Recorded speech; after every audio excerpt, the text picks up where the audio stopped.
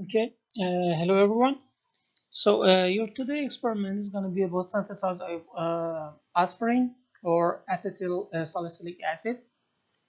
So, Aspirin is an analgesics. Uh, Analgesics are pain relievers, and so they are.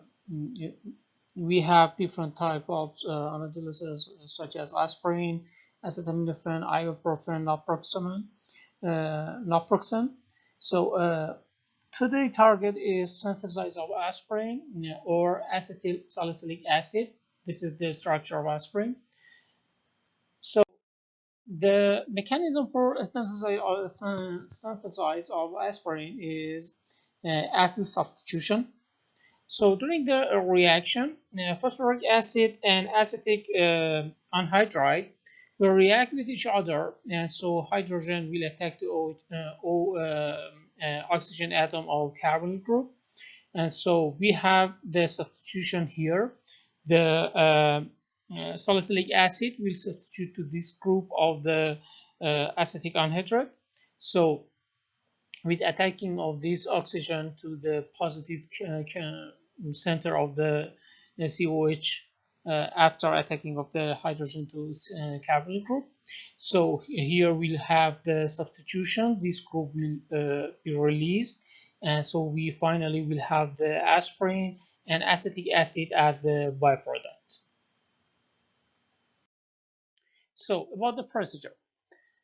At first, you need to place 1.4 gram of salicylic acid into a 50 milliliter Erlenmeyer flask, and then add 3 milliliter of acetic anhydride uh, in such a way as to wash down any material adhering to the wall of the flask. Then add 5 drops of 85% phosphoric acid to make the environment of the reaction acidic, and then heating the mixture to 85 to 95 Celsius for 5 minutes on a hot plate. So instead of heating the mixture directly on a hot plate, you can use a water bath.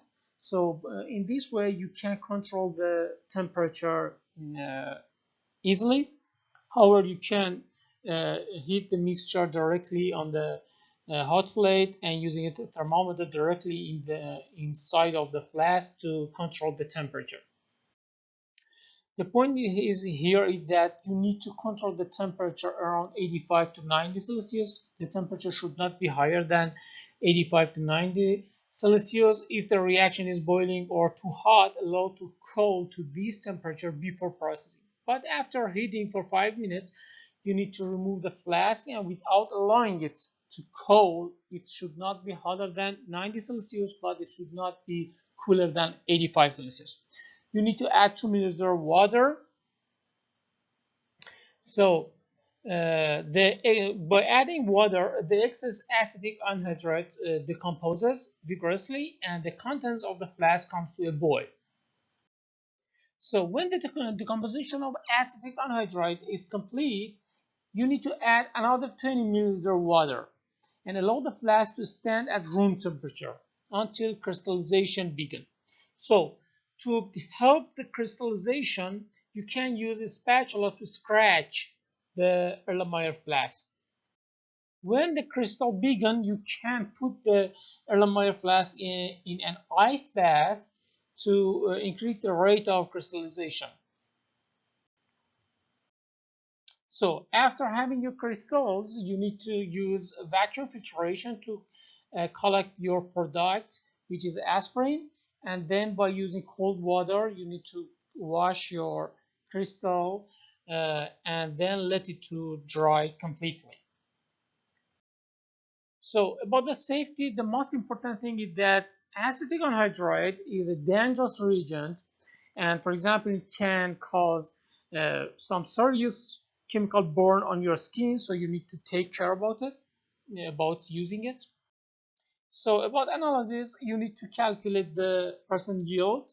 So here you need to take care that your product, your crystal, must be completely dry, because when it's wet, your percent yield will be wrong. So you can test your melting point of your crystal, and in addition, you can do IR and NMR test too. So that was your 2D experiment. Take care, guys. Good luck.